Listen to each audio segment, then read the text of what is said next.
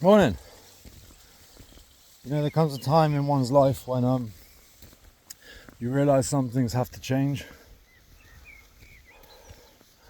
I became very complacent with my time and probably the people around me and in my life, which only really served to backfire on me. And I know when I'm talking and delivering the personal development in my job, one of the things we focus on a lot about is the ripple effect. And the idea is you throw a stone in the pond and the ripples start in the middle and they work themselves out to the edges. Sometimes those ripples are strong enough that they hit the edge and they return back towards you. Strong enough impact, they may even come back to you. So a great way of understanding this, and a good little tactic we use when communicating this across to people, is to do a little game with them. And we say, think of something you did today, maybe something you did in your life that you could have done better, or that wasn't up to standards. Now, I could refer to the Arctic, where we had some amazing answers from the students that were talking about not drinking enough water and being hydrated. And of course, the outcome is that we don't know the outcome is that we don't know the outcome. We don't know the far-reaching effects of those actions. To quickly run through that, it was dehydration. So to be dehydrated, and then the question is like, what is a worst case scenario, or what is a negative outcome to being dehydrated in the Arctic? So the answers went like this, and I'll just go through it. Dehydration. Well, if you're dehydrated, you'd have less energy and less ability to continue at the speed maybe that some of the other people were. You'd have to stop more often. You'd even have a chance of getting hypothermia.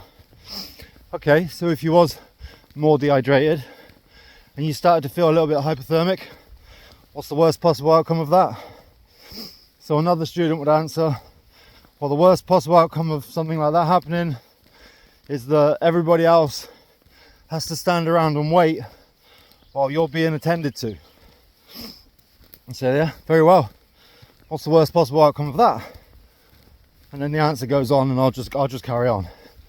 So now you're talking about other students or people in a group being stood around, becoming hypothermic themselves, maybe to the point of getting frostbite.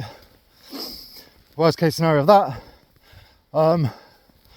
Well, if you had frostbite, maybe the guy who's running the trip would have a legal case put up against him for lack of, I forgot the word. Lack of care, I suppose, yeah. Okay, what's the worst case scenario of that? Well, I suppose he would lose his job. He would have to pay a huge fine. Okay, what's the worst case scenario of that? That could lead him into depression. His family would then, I think starve is a strong word, but you get the point. His family wouldn't have the resources they needed. Maybe they'd lose their house. Worst case scenario of that, depression. Worst case scenario of that, kills himself.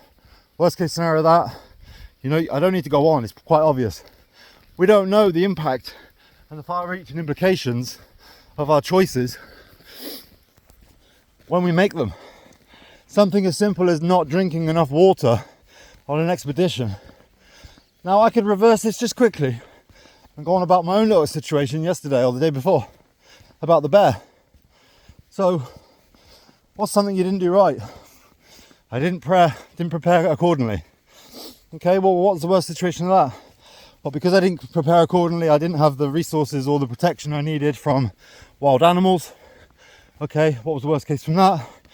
Well, I got to a situation where I encountered a very fresh bear trail. Worst case scenario of that, I went into fear mode and tried to get out of the situation. Worst case scenario of that, I made some really big errors. I chose the wrong path down the mountain. I mean, to be honest, I started following the bloody tracks. Don't ask me why I did that. Excuse my language. Worst case scenario of that, I found myself in a gully, having to traverse down these rocks in a very dangerous situation, wet, slippery, soggy. Worst case scenario of that, well, I hurt myself a lot. My legs look like they've been through a blender. Not quite a worse situation. The worst case scenario of that was that I got to the bottom, probably about 300 meters from flatlands. Not that I was out of the woods or out of the risk of the bear. And then I had like 20 minutes of light left and nowhere to camp. And I was fearing myself at that point. I'm going to be honest, it was a lot for me. Lucky I've got a bit of technology on me. I used the map. I found a route out. I had to really work hard to get out because I had to climb up almost 70 degrees. I was having to hold on to trees to pull myself up because some of the angles were just like 90 degree. It was scary. It really was. I didn't know how close the top was. Every time I went over another little bit, you don't know you're at the top until you're at the top. Not in a deep wooded mountain, because everything looks the same in every angle, except one looks up, one looks down. So I mean, I got away with that, and the personal development and the growth I've had from that experience has really pushed and helped me project myself forward, and I won't be making those mistakes again. I mean, that is the point of this, isn't it? It's to make mistakes and learn. That's why I'm doing it alone, not with students. Just want to flip it round quickly and talk about why this is so important. Well, the same effect happens on the opposite way.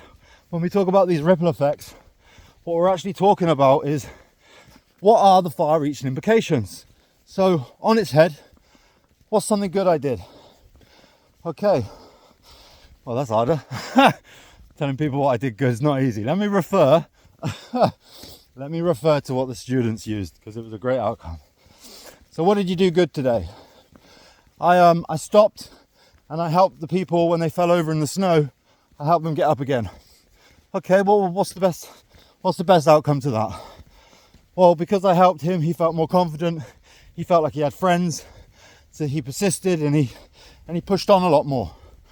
Best outcome of that, because he felt more confident, because he was able to push on more, he was then able to help others and create new friendships. Best case scenario of that, it became a cohesive group of people that really enjoyed themselves.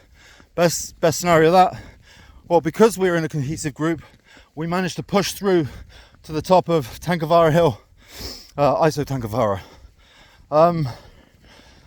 Best case scenario of that, we all got self reward, the internal reward from making it that hard and that high and that far.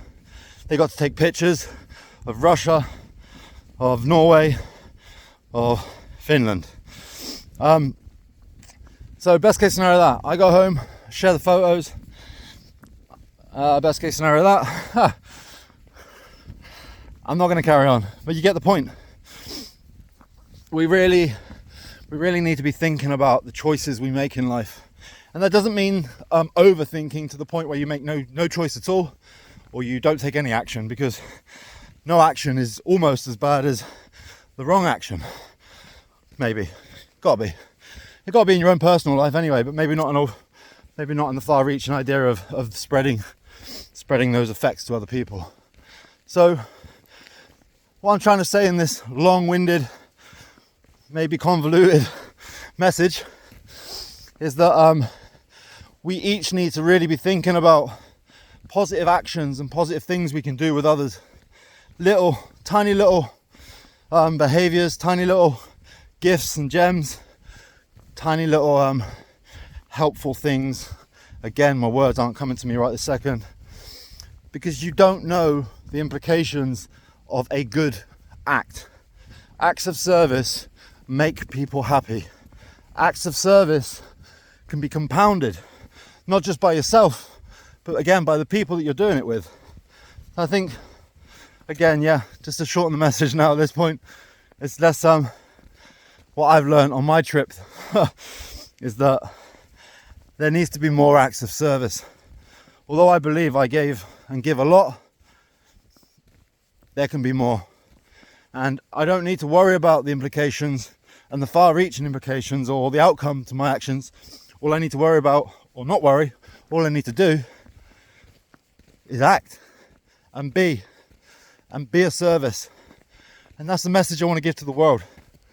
Be of service and watch that compounding effect happen in your lives and in others.